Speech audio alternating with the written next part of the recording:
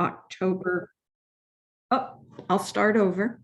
Now that we're recording, I will call to order the Planning Commission meeting for October 4th. And I would ask you all to rise and join me in the Pledge of Allegiance. I pledge allegiance to the flag of the United States of America and to the republic for which it stands, one nation under God, indivisible, with liberty and justice for all. Thank you. As is our custom for our viewing public, I will introduce the staff and the commissioners who are in attendance this evening. And Josie, I'll also ask you, is there anyone in council chambers? There's nobody here. There's no public in the council chambers. Okay, thank you. Yeah. Okay, I will introduce as I see people on my screen, and I see myself first. I'm Beck Ashby, Planning Commission member. Tyler McCluskey is also a Planning Commission member. Jim Fisk is a senior planner with the City of Port Orchard. Josie Rademacher is an assistant planner with the City of Port Orchard. Joe Morrison is a commission member. Dave Bernstein is a Planning Commission member, and Stephanie Bailey, who does not have her camera on, is also a Planning Commission member. So with that, I welcome everyone to this evening's meeting, and we will go ahead and get started. Our first order of business is audience comments. If there's anyone physically in council chambers who would like to speak, or if there is anyone who is viewing remotely who would like to give testimony to the Planning Commission, now would be the appropriate time. We don't have anybody in council chambers, but we do have one phone call and listener in the attendees now. Okay. But they haven't asked to raise their hand. But they have not raised their hand. Okay, with that, we will go on down our agenda, and we would ask for approval of the minutes from the September 7th meeting. Is there a motion to approve the September 7th meeting minutes? Motion to approve. Thank you, Joe. Is there a second? I'll second. Thank you. So we have is there any discussion on the minutes? Okay, hearing none, we have a motion that has been seconded to approve the minutes from September 7th. Is there anyone who would be voting against that motion? I'll ask a second time. Is there anyone who would be voting against that motion? Hearing none, the motion is approved with unanimous consent. Now we will go on down to our business items, and the first item is a discussion on our municipal code regarding temporary signage. And Jim, are you taking that? Are you leading that discussion? Thank you. Good evening, Jim Fisk, Senior Planner, City of Port Orchard. Last month, we discussed the possibility of commercial signage and subdivision entry sign regulations. Staff took direction from the Planning Commission to explore code amendments related to these items and realized that the topics, while related, are really separate issues. So you'll notice tonight on the agenda, the items have been split into two separate issues. This is really an effort to expedite one of the processes, which seems to be a bit simpler than the other. So the first item on tonight's agenda is related to temporary signage in the right-of-way. Planning Commission gave us direction last month, so we've looked into regulations in the region that may resolve some of the issues in basic code amendment to regulate that type of signage. And Josie has put together a PowerPoint presentation. So if you could bring that up, Josie. As a reminder, what kind of prompted this discussion was, this was just a drive around town, I think in the month of August, and there's temporary signage throughout the right of way. And so the planning commission said they'd take a look at this, see if there's anything we can do about this. Currently, our regulations do not give us an ability to remove those signs unless they are dilapidated or falling apart. But really, even then, the code specifies that the person who placed the sign should be the one that removes the sign. So this is kind of what we were looking to address with a code amendment. We'd still want planning commission's input on this. So we've looked at a few codes in the region, specifically the cities of Covington, Monroe, and Gig Harbor. And if you take a look at these, they create a permitting system, which there's no fee associated with it. But they put a little sticker or something on the temporary signage. And when they place it in the right of way, then, the code enforcement folks, they would know that that temporary signage has been looked at. You can put time limitations on that temporary signage, things of that nature. So if a code enforcement officer is out there, receives a complaint or anything like that, if it does not have the sticker, then, based on how we draft some amendments, that sign could be potentially moved or removed. And I would make the distinction that some of these codes specifically call out commercial or non-commercial signage. That, again, going back to the Reed discussion or decision that we discussed last month, there may be a possibility to regulate strictly the commercial signage, but there could be also the potential to write a code that would allow the removal of the temporary signage if it did not have the permit, and kind of skirt the issue of speech and regulating speech, the content of it. So these are some of the examples we pulled that we think that could be good to loosely base some code amendments on. You can go to the next one. There's some restriction requirements in Gig Harbor. Specifically, the one that kind of sticks out to me is the placement of the sign near a sidewalk. There would need to be a sidewalk nearby. And if we go to the next slide, you'll see that could, it might be 2 slides, that could remove those signs because there's no sidewalk. So we have some examples. We'd like planning commission's input and a little bit more guidance to potentially introduce an item, some code revisions at next month's planning commission meeting. But we can take your direction tonight, draft something and present it at the November meeting.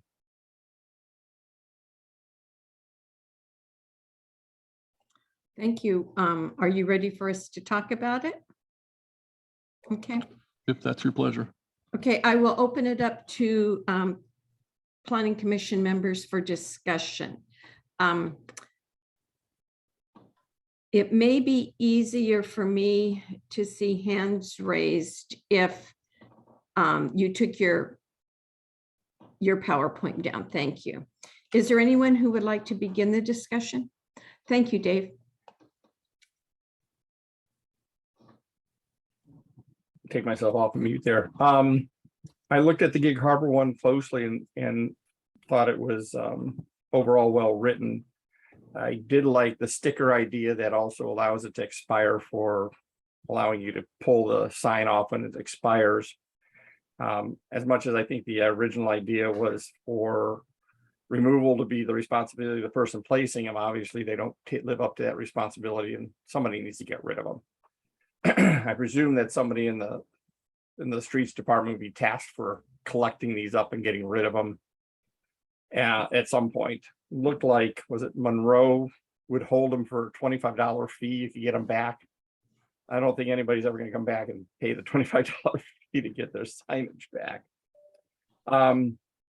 The other part that I would like to comment on is the one of the regulation is to not impede line of sight. And that I didn't see anywhere particular, including Gig Harbor. I see notice a number of times, particularly with the A-frame type signs. They can block a driver's vision, particularly if you're not in a larger, higher end truck that sits up high, a lower end car, a lower sitting car. It makes it difficult to see around corners and intersections sometimes. I think it could be a traffic hazard.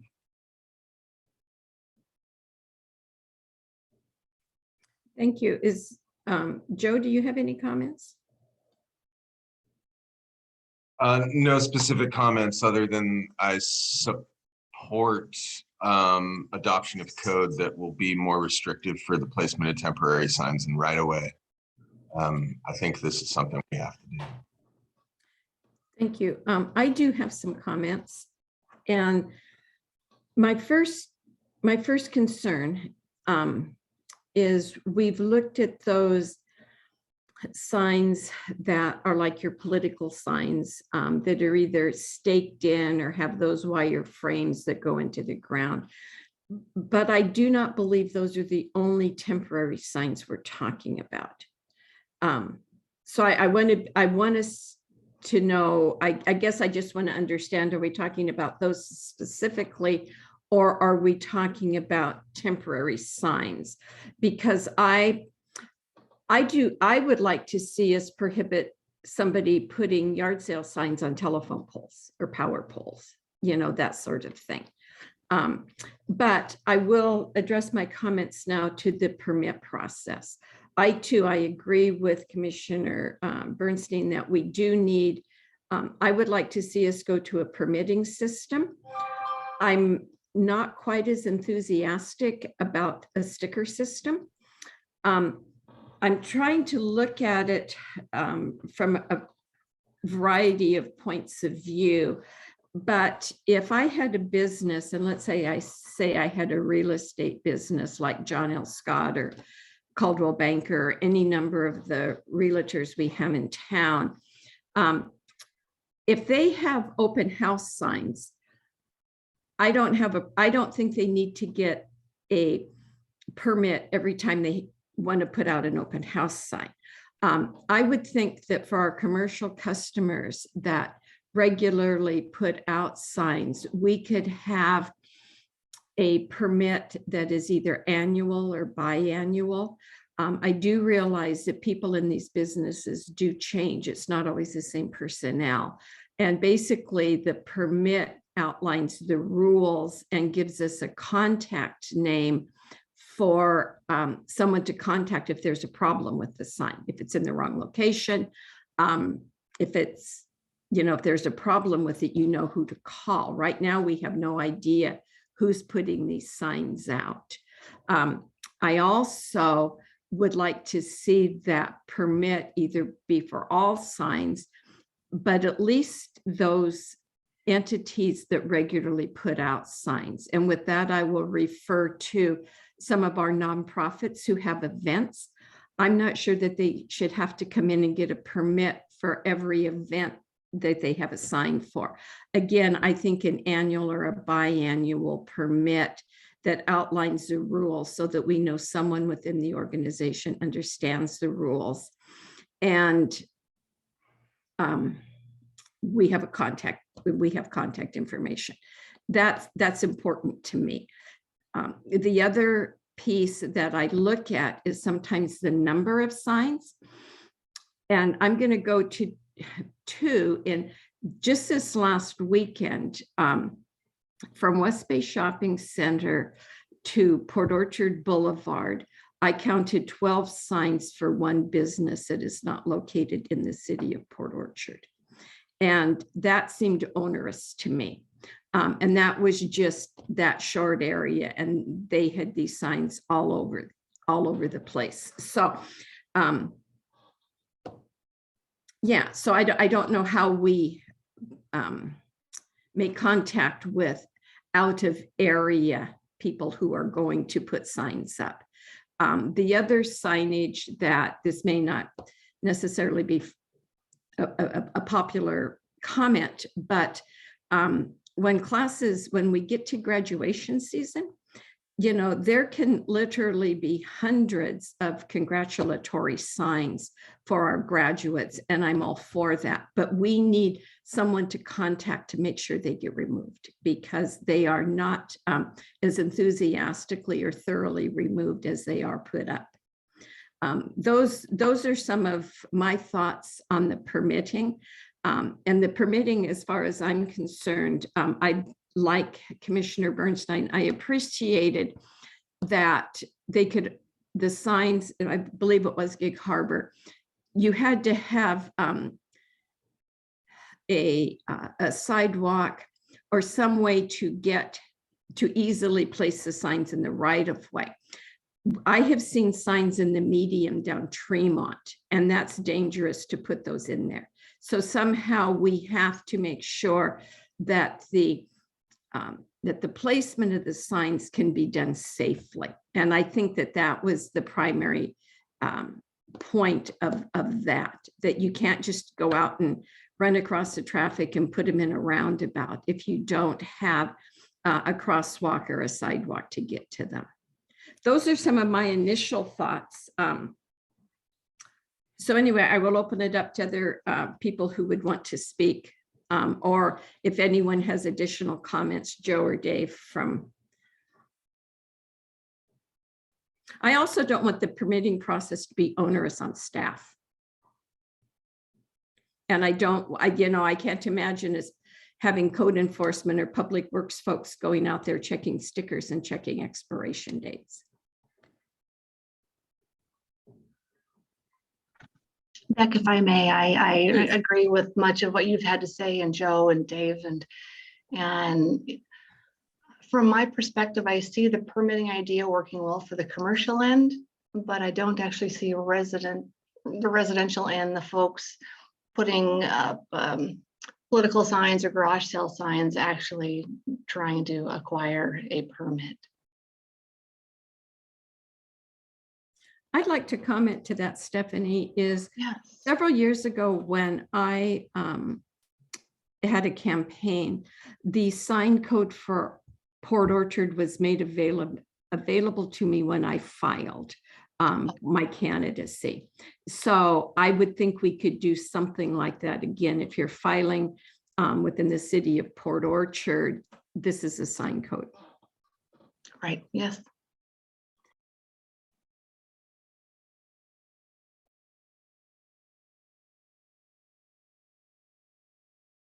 It's funny how such a simple thing, oh, I'm sorry. Dave has his hand up. Apologies. Beck, you're muted. I'm sorry. I was trying to call on you and then you were muted and I was muted. And so, yeah, it gets complicated. The I guess the question I have on this is there can be one of two goals of having this code. One is so that we can enforce it and get rid of these old signs when they've been hanging around and to start breaking down and start becoming a nuisance because of numbers. Or are we actually trying to decrease the physical numbers of signs and how readily easy it is for people to put these signs up? Then we may want to try and obtain both goals, but I see those as two separate things. One is are limiting the signs, or two, are we just trying to give ourselves a mechanism to get rid of them when they're no longer germane?